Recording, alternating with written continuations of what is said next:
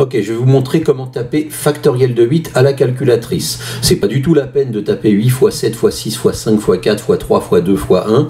Il y a beaucoup plus rapide, hein. Donc on va dans le premier menu. Et une fois qu'on a cet écran-là, on tape d'abord le nombre dont on veut la factorielle. Donc je vais taper 8 d'abord. Et maintenant, je vais aller chercher la fonction factorielle.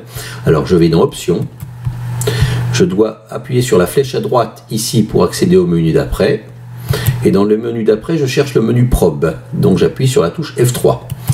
Voilà. Et dans le menu probe, j'ai ces trois fonctions-là qui sont les trois fonctions qui vont nous servir dans le dénombrement. La factorielle, c'est la première, c'est celle-ci.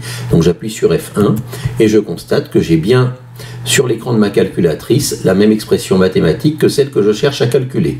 Je demande le résultat et la factorielle de 8 vaut donc 40 320.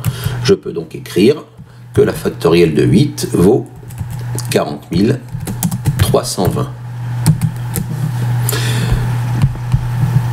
Alors pour vous en convaincre, je vais le faire une fois, mais évidemment ce sera plus du tout la peine de le faire après. Je vais taper 8 x 7 x 6 x 5 x 4 x 3 x 2, et même si ça change rien, je vais rajouter le x1, et vous constatez que ça donne exactement le même résultat. Donc il est beaucoup plus pratique de taper factoriel de 8 comme ceci, plutôt que de taper toute la multiplication.